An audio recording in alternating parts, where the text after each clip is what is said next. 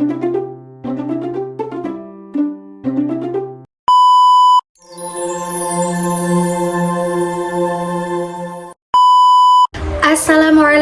warahmatullahi wabarakatuh.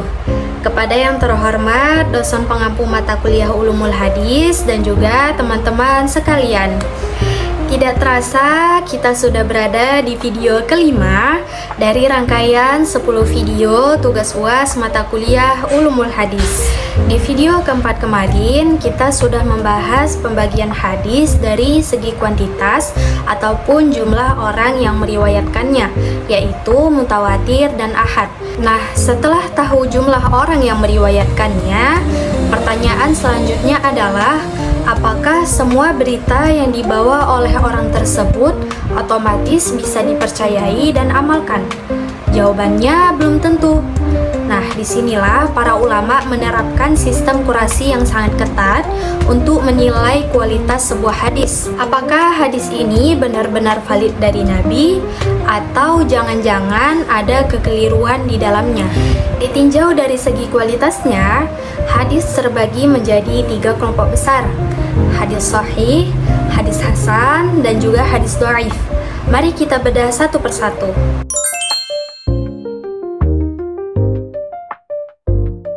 Kita mulai dari kasta tertinggi, yaitu hadis sahih. Sahih secara bahasa artinya sehat, selamat, dan benar. Sedangkan secara istilah, hadis sahih adalah hadis yang sanadnya bersambung, diriwayatkan oleh periwayat yang adil dan dhabit hingga akhir sanad, serta tidak mengandung kejanggalan maupun kecacatan. Agar sebuah hadis bisa dibilang sahih, maka hadis tersebut wajib lolos dari 5 kriteria ataupun syarat mutlak berikut ini.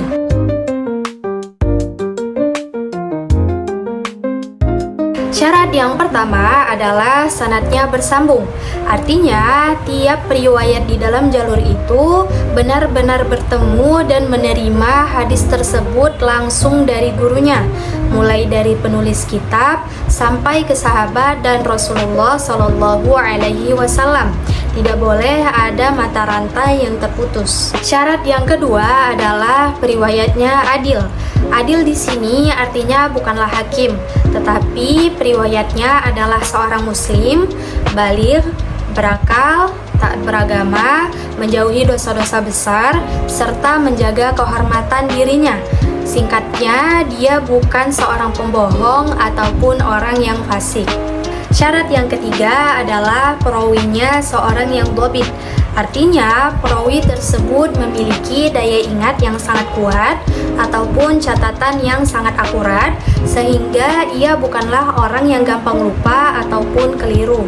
Syarat yang keempat adalah tidak ada kejanggalan. Artinya, isi atau jalur hadis tersebut tidak bertentangan dengan hadis lain yang diriwayatkan oleh periwayat yang jauh lebih kuat ataupun lebih dipercaya. Dan syarat yang kelima adalah tidak ada cacat tersembunyi. Artinya, tidak ditemukan adanya cacat yang samar dan tersembunyi yang bisa merusak kesahihan sebuah hadis.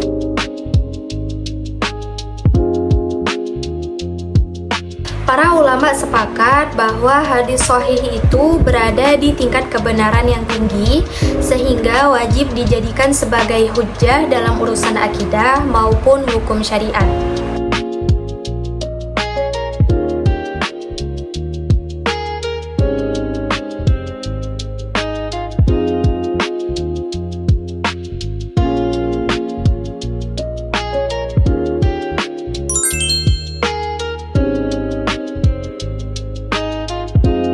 Kelompok yang kedua adalah hadis hasan. Secara bahasa, hasan artinya adalah baik atau indah. Dan secara istilah, hadis hasan ini sangat mirip dengan hadis sahih. Hadis hasan dan juga hadis sahih memiliki syarat-syarat yang sama. Di antaranya adalah sanadnya harus bersambung, perawinya harus adil, tidak ada kejanggalan, dan juga tidak ada ilat. Lalu, di manakah perbedaannya antara hadis hasan dengan hadis sahih? Perbedaannya adalah di poin perawinya harus dhabit atau tingkat kebobitan perawinya, di mana pada hadis sahih perawinya itu haruslah dhabit kamil. Maka hadis hasan ini daya ingat perawinya sedikit di bawah itu, atau istilahnya adalah khafif al-dhabt, yang artinya hafalannya agak kurang atau pernah melakukan kekeliruan. Jadi gampangnya, hadis hasan itu adalah hadis sahih yang tingkat hafalan perawinya turun satu step, tetapi perawinya tetap orang yang jujur dan juga orang yang soleh.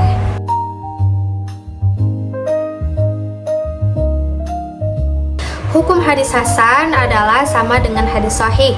Hadis hasan tetap sah dan boleh dijadikan sebagai hujjah untuk menetapkan suatu hukum syariat dalam Islam.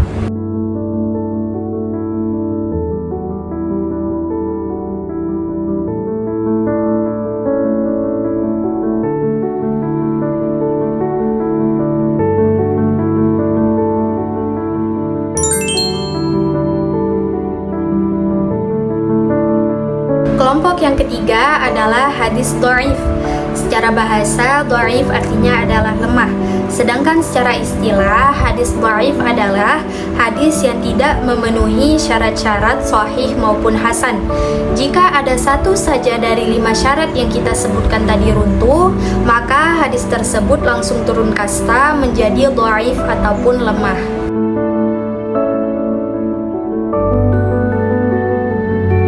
Kenapa sebuah hadis bisa jadi dhaif? Biasanya disebabkan oleh 2 faktor utama. Yang pertama adalah gugurnya komponen sanad. Misalnya, sanadnya terputus di tengah jalan, atau nama sahabatnya hilang, atau gurunya tidak pernah bertemu dengan muridnya. Yang kedua adalah cacat pada diri periwayat. Misalnya, ada seorang perawi yang dikenal suka lupa, sering keliru, tidak dikenal identitasnya atau majhul, atau bahkan dituduh sering berbohong.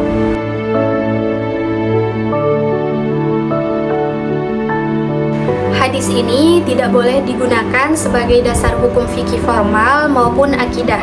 Namun, mayoritas ulama masih memperbolehkan menggunakannya hanya untuk fadhailul a'mal, yaitu motivasi ibadah ataupun nasihat kebaikan sehari-hari.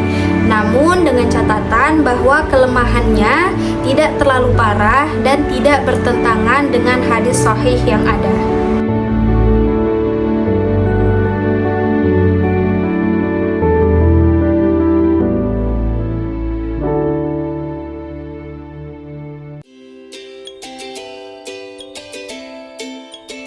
Alhamdulillah, selesai sudah pembahasan kita di video kelima ini.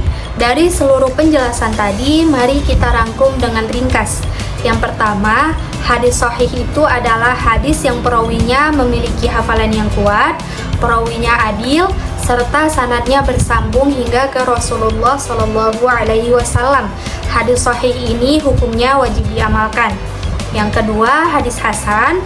Hadis hasan yaitu hadis yang perawinya adil, sanadnya bersambung, tetapi kualitas hafalan perawinya agak sedikit lemah dibandingkan hadis sahih, tetapi tetap bisa diamalkan. Dan yang terakhir adalah hadis dhaif, yaitu hadis yang tidak memenuhi syarat-syarat hadis sahih maupun hasan, sehingga kualitasnya lemah dan tidak dapat dijadikan sebagai dalil hukum.